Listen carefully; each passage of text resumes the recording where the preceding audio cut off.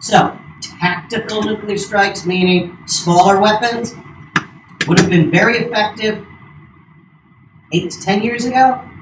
Right now, I think the U.S. is the only ones that can do it now. We're the only ones with bombs big enough to potentially penetrate to these underground caverns, or at least, if we know where the entrances are, to destroy something that's a half-mile underground. If you destroy all the entrances and exits to it, you effectively do the same thing. How hard is it to blow up a couple of some unknown actors? Yeah, some unknown actors. We believe it was either the Israeli Mossad or the CIA blew up a couple of power pylons about 6 months ago in Iran as like a see what we can do really easily demonstration. The Iranians did something really stupid too. They had the Fordo site. They had all the power, the electricity going to it on above ground wires. You know, like high tension power cables? They had wires going to the place. Isn't that kind of stupid? That's another one of our ideas. Super powerful spies. Super powerful spies? That is a potential. Okay. Moving on. Another group. Yes, let's hear what you guys have. Guys, let's listen to what this group has to say. Create alliances, more alliances around Iran. So basically, surround Iran with people who think like us, who would feel potentially threatened. Good idea. We've done that.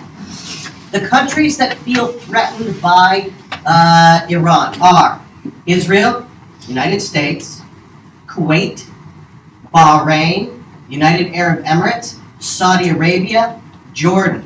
These are the major ones, and basically a lot of the places along the former southern Soviet Union feel directly threatened by Iran. The odd, amazing thing was even Israel, Jordan, and Saudi Arabia, who normally don't talk to each other, all actually had a number of secret contacts and were working together to confront a common enemy, Iran.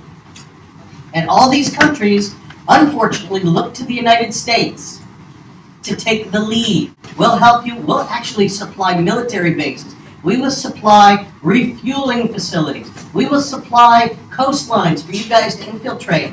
We're with you, United States. Take the lead. Well, under the later years of Bush and all of the Obama years, these countries have been waiting for the United States to do something. And in the past year or so, most of them said, forget about it. We'll deal with it ourselves. Yeah.